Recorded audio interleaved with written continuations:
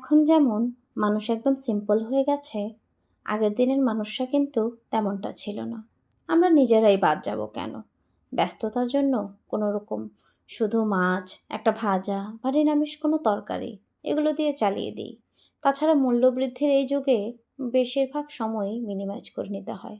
তো যাই হোক, আমরা যেমন তেমন করি না কেন, আমাদের মায়েরা কিন্তু তাদের মায়েদের কালচারটা ধরে রেখেছেন, বিশেষ করে রান্নায়। ধুন্দুলের বড়াটাও কিন্তু সেখান থেকেই আসা। এই বড়াটা আমার অনেক পছন্দের, মা করেছিলেন। তো ধুন্দুল ধুয়ে ফুলের মতো করে কেটে আবারও ধুয়ে নিতে হবে, তাতে লবণ মাখিয়ে রেখে দিতে হবে কিছুক্ষণ, যাতে ভেতরে জলটা ঝরে যায়।